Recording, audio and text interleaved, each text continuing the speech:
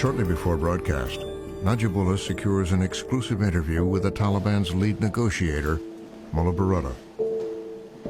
Mullah Baradar is a very, very big person in the Taliban rank.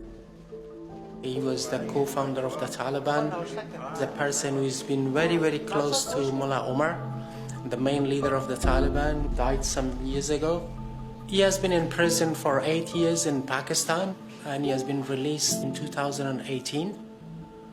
اول خو دا خبره باید وکړم چې امریکایان په دې کې ډېره غټه سهوه کړې ده چې افغانستان ته راغله او دغه جنګ یې پر افغانستان باندې تحمیل کړي ځکه د دوی یو سړی دغه مطلب و چې هغه اسامه و خو هغه اسامه هغه دی هغه رقم سو دوی هنوز په افغانستان کې مثلا دا وکړله چې دغه ته دوام ورکړي خپل جنګ ته نو موږ خو خپل ملک دی موږ مجبور یو تر هغه وخته پورې به د امریکایانو دفاع کوو تر څو چې ژوندي Najibullah presses him on how the Taliban will exercise power if the U.S. leaves Afghanistan, and whether they've moderated their hardline practices.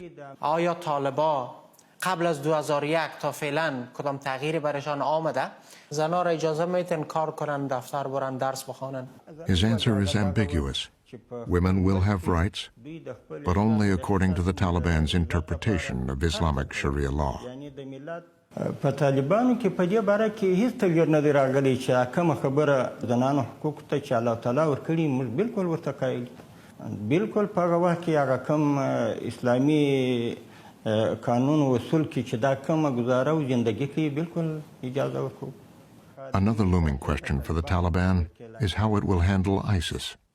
من همی بار با یک گروپی از داعش هم ملاقات کردم در شمال افغانستان. اینا اصلا طالب بودن، حال داعش شده و اینا گفتن که ما هیچ از این موافقه صلح با امریکایی‌ها راضی نیستیم.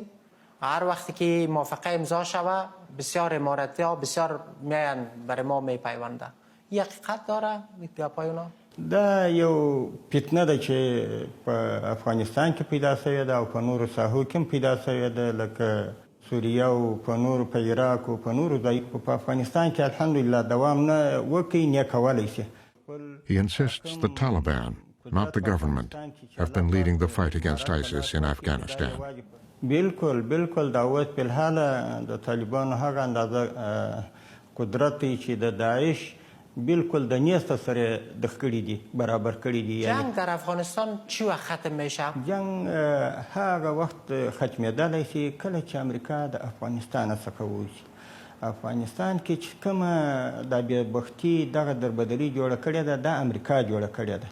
که افغانان په خپل مابین کې وایي سیده څه به وایي خو دا رقم نه پېښېدله لکه نن ورځ چې 18 کاله یې وخت واخیستی. دونه دربدریم نه راتلله نه دونه د انسانانو ژوند دښکېدی بربادېدی لکه نن ورځ چې اوس